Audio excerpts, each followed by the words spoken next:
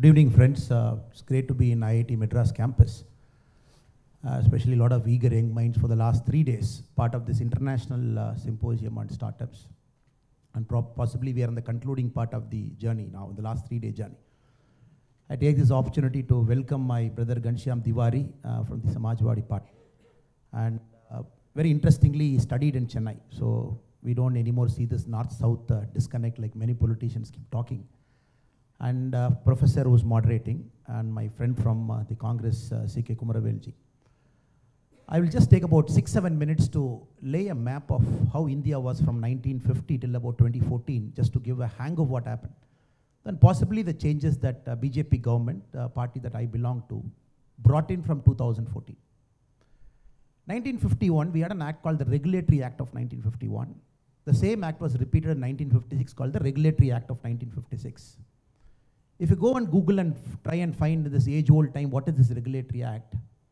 The government told you where you can start a business, where you can locate a business, how much quantity you can produce, where you can sell, what is the distribution network. The government controlled the means of production by a state policy, which we had a Regulatory Act at different era. Then the License Raj came in. For about 50-60 years, we all suffered the License Raj. And if you look at the act that was existent in License Raj, we had acts like Nationalization of Major Bank 1969, Restrictive Trade Act 1969, Foreign Exchange Regulation Act 1973. So the government at that points of time were thinking more on the regulation part, restrictive part. So the government probably overreached by saying, I know what you know, and please listen to me and walk in the road that I am putting for you. And when Modi ji came 2014, when we promised a new era, a new India, when we promised in our manifesto, when we took power, one time, then second time, possibly a third time in 2024, now look at the changes, the transition that has happened. From a regulated country, we have become a country of facilitator. The government right now, the language that it thinks is facilitation, facilitation, facilitation. Unicorn, the startups with about $1 billion valuation and more, you can count with about 3, 4, 5, 6 numbers, where in 2014. Right now we are at 107. The third largest country in the world with number of unicorns. US is at 645, 6 times more than India. China is at 322, 3 times more than India. India is at 107. Just look at the quantum leap we have taken in the last 9 years, just because the mindset of government, from a word called regulation, it has shifted to a word called facilitation. The government wanted to facilitate what was happening. But we all know the startup is nothing but a reflection of society. We can't bring some 10 people into a room and say, look, you have studied in IIT Madras, and please go and start a company. Since you studied in IIT Madras, you might have more brain so that your company will be successful. Of course, IIT has got a fantastic tech park. We all have seen it, the kind of magic you do there. But a startup cannot thrive in that system simply because the founder is intelligent, or simply because the founder has gone to a good school, or simply because the founder comes from a great family which has got money to spare for his company. It doesn't work like that. You've got to exist in 5 things. You've got to exist in a word called political, economic, social, legal, and technology. These 5 things defines who you are as a person. Nobody can cocoon himself and say, I'm a product of my own and nothing can touch me. Politics touches you from morning till evening. Economics touches you from morning till evening. Legal touches you from morning till evening. Society touches you from morning till evening. Technology touches you from morning till evening. If everything goes right, politics is not right, the startup ecosystem cannot thrive. And for it to get right, you got to fix a lot of things. You got to fix the school system. You got to fix the college system. You got to fix right up to the patent system. You got to bring this innovation into young minds right at a school level where the basics of a science is taught. Or when they went into an engineering college, you have to teach them that there is more to life than a job. So a lot of fixing has to happen. That is what I think our party, our government has tried to do in the last 9 years. Not only from a facilitator mode, but also get into the mode of fixing up the whole system. As we speak now, India is entering into an era of the new education policy. You tell me which country in the world the new education policy stipulates in a CBSE board, coding should be taught from class 6 to 8. In India, it's compulsory in CBSE schools from this year, May 2023. Coding should be taught from class 6 to 8. Data sciences should be taught from class 8 to 12. Artificial intelligence should be an optional subject from class 8 to 12. Just imagine. We talk about the learning systems of Koreans, the learning systems of Chinese, the learning systems of Singaporeans, where they continuously score very high marks in the world learning outcomes. Now the new education policy is bringing in a change where we don't want just subjects where rote learning is encouraged or we get some marks which will help us to clear some entrance. We are bringing this, the Atal incubation centers. Schools have got platforms. Government of India is facilitating where we want young minds to think. If I ask you a simple question, how many Atal incubation centers do we have? I'll give you the answer. It is 10,050. 10,050 Atal incubation centers are in India right now. 76 lakh students are part of the Atal incubation lab. If you go to the Atal incubation lab website, if you go today, just try and see the 200 best schools. The Government of India awards the 200 best schools every month, which utilizes the Atal incubation lab properly. Last month, Tamil Nadu had 5 schools. Schools in Perambalur, schools in Tiruvarur, schools in Karur, where I was born. Small cities. Meaning the Atal incubation lab has got some technology product. It is being ranked in the top 200. You go to West Bengal state, you can rank all the 200. You see all government schools, Jilla Parishad schools, where the guy is getting encouraged, the girl is getting encouraged, hands-on experience on coding, hands-on experience on learning. If he's interested, more experience on artificial intelligence. In fact, the Government of India is partnering with Microsoft from class 6 to class 8 in the CBSE platform to bring coding here.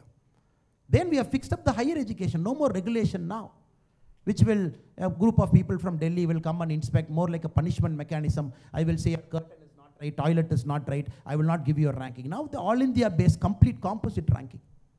We want to encourage 1 point of the 4-star, 5-star, whatever ranking we are getting. The main ingredient is innovation and technology. That has got the highest marks now. So India is becoming a patent producing nation. We are not a nation which is going to copy from Chinese or the Americans or the Europeans. We are producing original patents. That is why the startup technology park of IIT Madras is a global hotspot now. So higher education we are fixing. Then we are fixing up the ecosystem. The World Bank in 2014, when our government took over, it said, in the innovation index, where was India? If you look at the innovation index is not just an arbitrary number. Innovation comes when the school system is right, college system is right. When the ecosystem is right, only then innovation can thrive. If you look at the innovation where we were, the innovation index, we were somewhere around 81, the global innovation index in 2015. We have jumped to 40 in 2023, a jump of 41 positions. If you look at the World Bank's Doing Business report, DBR, India was at 142 in 2014. We have jumped to 63 in 2019. After 2019, the index is discontinued. We don't have the latest numbers. If you look at the Global Entrepreneurship Monitor 2022 report, it says 83% of India's population perceive they have got the skills to launch a startup. In 2014, in the same Global Entrepreneurship Monitor, it is only 52% they perceive they have a skill. So we are skilling people in crores. We are fixing up the education system. We are fixing up the college modules. And last but not the least, we have got a fund of funds. The Government of India runs a startup fund of funds. The current top-up for the startup funds of funds is 10,000 crore. The Government of India is topping that fund. And the Government of India runs a seed fund.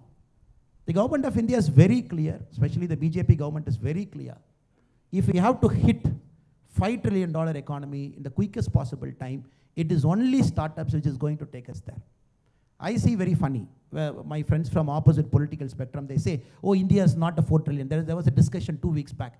Yes, India hit 4 trillion because we don't calculate a real-time GDP number. People from other parties said, no, we didn't hit 4 trillion. Somebody said we have hit 4 trillion. Yesterday, Raghuram Rajan ji, a former economic advisor, he says, India is not going to hit 5 trillion in 2025. Now, this is the conversation now. We are talking of a country which can hit 5 trillion in 1 year. It took 40 odd years to hit 1 trillion. 70 odd years to hit 2.5 trillion. We are talking of a country where the youth of this nation has come out in large numbers, very hungry, very angry also. They want to create systems of their own, create global businesses. We are talking of one economic advisor saying, right or wrong, is saying, how can you hit 1 trillion in 1 year? We are talking of a possibility. 1989, when you look at the global map, we all know which countries, they have the technology in hand, they are the superpowers. Netherlands, 17th century. United Kingdom, 19th century. The Americans, 20th and 21st century. If you look at the 1989, the Fortune 500, the top 10 companies, 6 were in Japan, 4 were in US. Japan had more than US in 1989, the world's valuable company. 2023, if you look at the world's valuable company, 9 are in US. Nothing in Japan, nothing in Japan. Why? The democracy is failing. You have prime ministers every 9 months. You have a, just yesterday, the Japanese parliament diet, you must have seen 3 cabinet ministers getting resigned over a corruption allegation. When you don't have a stable democracy, when you don't have a stable government, a powerful government, which can take risk on behalf of the population, we cannot see this magic that has happened in the last 9 years. My humble submission to this August gathering is, India is thriving, India is evolving, India is hungry, just because you have given us a stable government. You have given us a powerful government, which is not looking at the other partners. 273 plus, one party has cleared. That is the magic that is happening. 1989, 6 out of 10, the world's most valuable companies in Japan, right now not there because the democracy is failing in Japan. So this, I see the beauty of India. The next 5-10 years, the possibility I see is Indian companies, Indian startups, not only unicorns. Now, we are talking of a number called 107. Yes, the Americans are 6 times more. The Chinese are 3 times more, but it's a matter of time we are catching up. Because the kind of research outputs, the patents we are producing in our country, the kind of academic freedom this country is getting, I think it's a matter of time before you are going to catch up with Chinese, the original patents. Maybe about 15-20 years, we will overtake US as a country with a technology powerhouse. Again, if you look at Americans, the lesson to be learned for political parties like us and other political parties also. Americans had the grasp of technology of the last 40 years. Digitization they had, the Internet of Things they had, evolvement of Internet happened in America. So they had the grasp. Very minutely if you look, possibly the Americans are having a grasp of technology the next 40 years also, which we say the artificial intelligence and the bioengineering, again the Americans are having a grasp. If you look at 2023, the venture capitalist money that went into US for artificial intelligence alone is $26 billion. 8 times lesser is Chinese, 12 times lesser is India. We are looking at a country in 2023, $26 billion just got poured into this country in 1 year for artificial intelligence. We are 12 times below. So that is a lesson to be learned. Democracy has to be good. Parties have to come to power on their own with a larger vision, with a majority of their own, which India is right now. We are very fortunate to have Modi ji. And more importantly, you fix up all systems, the school, the academic systems, the risk-taking ability in the society. People have a larger aspiration just than getting into a safe government job. That's why I was very fortunate to sit here, sir. Normally we get into government jobs workshop. Group 1, Group 2, UPSC. Since I'm an ex-cop also, many a time the invitation that comes to me is to talk about government jobs. Please motivate our people to get into government jobs. I feel very fascinating and feel happy to sit in IIT Madras. We are talking of an unsafe job, which is a startup. But for me, this is the safest job in India now, because a startup guy cannot fail in this new India. You cannot fail. The system is getting right. The political system, the economic system, the social system, the legal system, the technology system, and everything is getting right. How can a startup guy fail? So welcome to this great new India. I'm very sure in the coming times, in the next 10-20 years, we'll keep seeing the names here. The global corporations from India, people getting into billions of dollars, people getting employment for thousands of people. I'm sure it is possible. It is a certainty.